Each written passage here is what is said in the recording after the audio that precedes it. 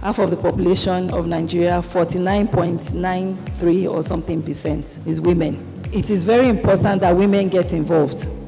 I'm very pleased to see more women here than we've had in Oyo and Osun states. Whatever state we go to, we try to be conscious of cultural differences. We try to be sensitive to people's needs and their ways of life. We're expecting not to have as much turnout of women. And I'm very impressed that we have. I can see the faces of my brothers and sisters here that you are all charged up to take charge in your various communities. I'm happy that we are able to complete the 3rd and the 4th edition of the Get Involved Leadership Training Program, of course, which is the major program of the Lead Generation Initiative. I call it the major program because it is actually some sort of orientation process. I'm happy to see vibrant and law and abiding youth who are ready to take charge of their immediate communities. And I'm sure if we all are doing the same thing, if I'm doing the same thing that you're doing in your community, at the end of the day, we'll be changing the whole nation. In taking action, there are roles for all the members of your team. And that is the only way that we can start to build our movement. We can start to see the change that we want. Because action produces results. We do not just take action for the sake of taking action, because we want to do something. And I'll talk about that very quickly. We're not just doing action for the sake of taking action. There is effective action. And effective action is the kind of action that produces results. So for me, what does action mean? Action is about mobilizing and deploying the resources that you have in your constituency.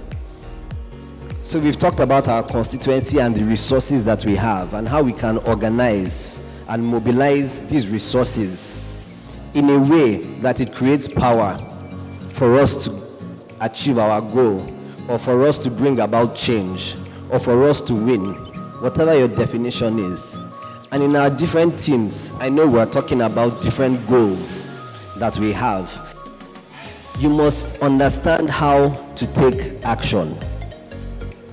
And in one of the examples I gave yesterday, I was talking about power with and how you can mobilize resources, and how as leaders we are mobilizing commitment.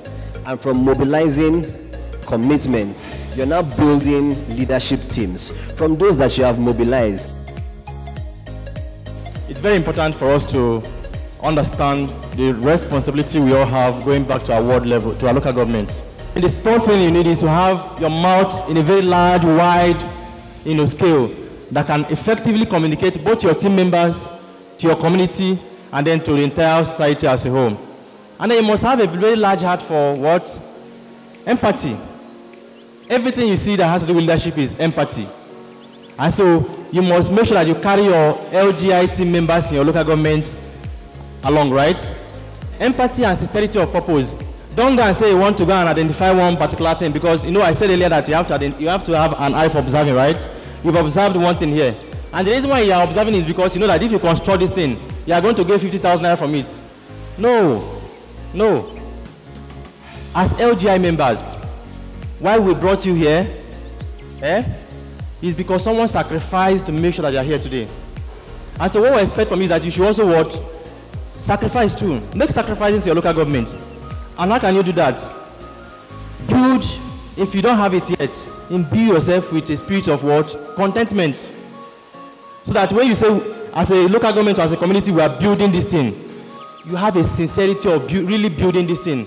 Not because you want to corner some money from it. There's nobody here that is not familiar with water.